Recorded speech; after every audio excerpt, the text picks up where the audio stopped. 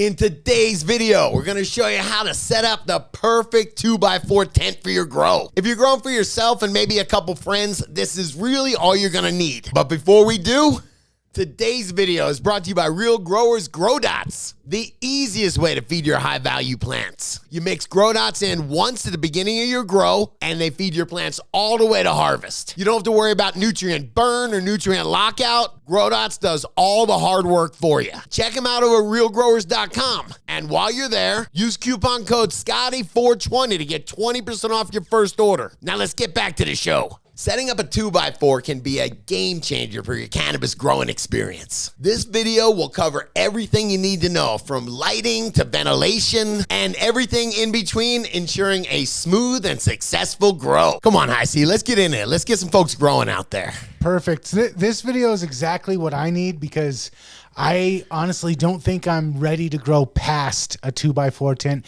And I don't even know if I need more than a 2x4 tent. So I know you have one that you really love from AC Infinity. AC Infinity, yes, they are a game changer. There's a bunch of really cheap tents out there. AC Infinity showed up, I don't know, 5, 6, 7 years ago with really high quality purpose-built products for the industry. So super big fan of theirs. I'm at arm's length away from a 2x4 right now. Okay, and actually the one that's on screen is the one that's just out of frame on the camera. Yep. This is the one that I'm going to probably be getting next. Sure. Go through who this type of tent would probably be optimal for. Sure. A 2x4 tent is for anyone spending a couple $100 a month on weed. I mean, what is it? Maybe $1,000 give or take investment keeps you from buying cannabis, from going to the dispensary for as long as you keep that grow going. It's not hard. So is this kind of like an introductory level if you're just growing for yourself and maybe a friend or your partner or something? This would be a good place to get started? It'd be a good place to get started, but you can be an absolute expert growing, cup-winning weed out of a 2x4 tent. So it's good. Yeah, it's just a small grow space for you, a place where you can do maybe 2 plants, something like that, 2 nice big fat plants. Okay. And if I'm putting together my 2x4, we've got this one from AC Infinity on it. The first thing that I notice up at the top of it, it's got this big carbon filter ventilation system. What's that all about? Gosh, that's about the savior for a grower. First time I saw a carbon filter, I gave it a big hug and then emptied my wallet to get one. I was like, I need that. Carbon filters keep the smell out. It used to be the biggest deal for a cannabis grower. It's just stinking the whole place up. So you have this little 2x4 tent. You've got this carbon filter in there that as the air exhausts, it's cleaning that air. And it means that you're not gonna get yelled at for stinking up the whole house. I hate your stupid tent. No, you know what I mean? They're going to be like, oh, no problem. What she's going to say is, I love the fact you're not spending money at the dispo anymore. Okay, the next thing that I was kind of thinking about, I'm looking at the light in here, and before we get to that, the first thing that hits me is, man, that light's going to be putting off some heat. And I know that temperature, humidity, that's important. Does this ventilation system with this carbon filter, that helps with that? It does, and that's why I'm such a fanboy of AC Infinity, is because before this, you'd buy a tent, and then you'd have to figure out how to cool that tent. You'd have a fan on some kind of thermostat that you bought aftermarket. It was all these pieces that you're trying to put together, and it was a pain. AC Infinity came along and was $700, $800. You get the whole kit with the temperature. There's a purpose-built temperature and humidity controller. So it's going to, when the humidity goes too high, it's going to turn your fan on. When the temperature gets too high, that's a big deal. That used to be the Achilles heel of setting up a tent. Okay.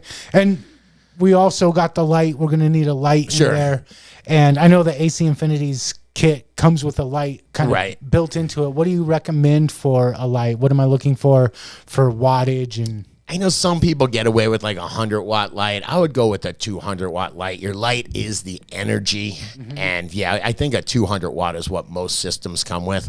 Now, it depends on how good that light is. How efficient is that light, converting those watts to actual light energy? That's important too. AC Infinity puts out some good lights. There's another company that sponsors the Dude Grow show. Oh, come on. Those are my boys, HLG. HLG puts out great lights. I So, know. Yes. If I'm going to shop for a light, AC Infinity, HLG, those are the two. I trust both those brands. Yeah, Samsung diodes are the name brand diodes that a lot of them use, Bridgelux or Samsung. So yeah, stuff like that. Take a look at the component tree. All right. And then we do have lots of videos just on lights, learning what type of light to use for what part of your grow cycle. We get into that in other videos. I just kind of wanted to cover. But the light will put off heat, and that's why we need that ventilation system in there as well. Yep. I know electricity is boring, but just remember it. Every watt of light is 3.5 BTUs of heat. BTUs is how we measure heat. That's how you measure an air conditioner or something like that. So just always consider that. Okay. And while I've got this AC Infinity set up, pulled up and on the screen, I noticed that there's an oscillating fan. Yep. If I've already got the ventilation going, why would I need an oscillating fan? Well, there's ventilation and circulation, right? Ventilation is exhausting that air as it gets super hot, and then circulating is just moving that air around the tent. Don't forget, where you have one leaf laying on the other, you got those microclimates there. So it's the humidity in the center of your canopy is not even close to what the humidity is over where that probe is. Yeah, so just keeping that circulation going is really important in a tent, man. And that can help with preventing like fungus, pests, everything. And then you kind of brought up before like stress training or resistance training. The fan can help with that. Yep, absolutely. It needs a little bit when naturally outdoors, the wind is blowing on the stalks and the stems, and they're getting a little bit stronger. It's just like if you're doing resistance training, you go work out a little bit, you get a little bit stronger every day. The same thing with the plants. So if they're in some little tent where they're not getting any resistance, they're not getting any kind of wind or any air movement, it's a problem. It's going to grow weak plants, susceptible to bugs. Okay, so I've got my tent set up, and now I'm looking for something to actually grow my plants in. Of course, I'm going to go with the real buckets, and I'll pull those up real quick. But SIP buckets in general, let's kind of just give an explanation of how those work and why they make it so easy to grow. Yes. We all know that plants need water, right? So if you're not a grower, it is so, if you're new to growing, it is so easy to overlove these plants, to pay too much attention to them and say, they're not looking good.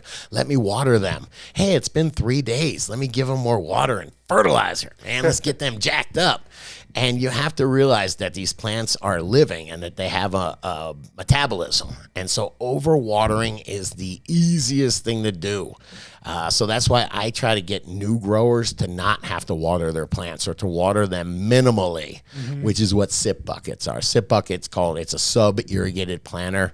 It means if you just leave a little bit of water in the bottom of the bucket, it's not enough for it to start molding and get nasty down there. It's just a little bit of water, and the plants just suck it up, and that keeps if you build your soil right, it keeps it perfectly moist. So These real buckets, if you're looking at the screen, you can see there's a reservoir bucket in the middle. Yeah. That one controls and distributes just the right amount of water to the other buckets, so they're always just getting that perfect amount. Exactly. And that's a big deal. What we're talking about here, it's aerobic. There are a ton of different SIP buckets out there. I think I've built most of them, and they're awesome. The whole concept works great.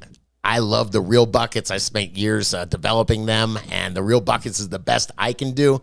They work wonderful for me, and that's what I would recommend you put in your tent. Hey, but that's just my 2 cents on the matter. What about you? What is your best tip for setting up a new 2x4 grow tent? Let me know in the comments. And if you like this video, please hit that like button, press that subscribe button, and check out the other couple videos YouTube's recommending. I think you'll dig them.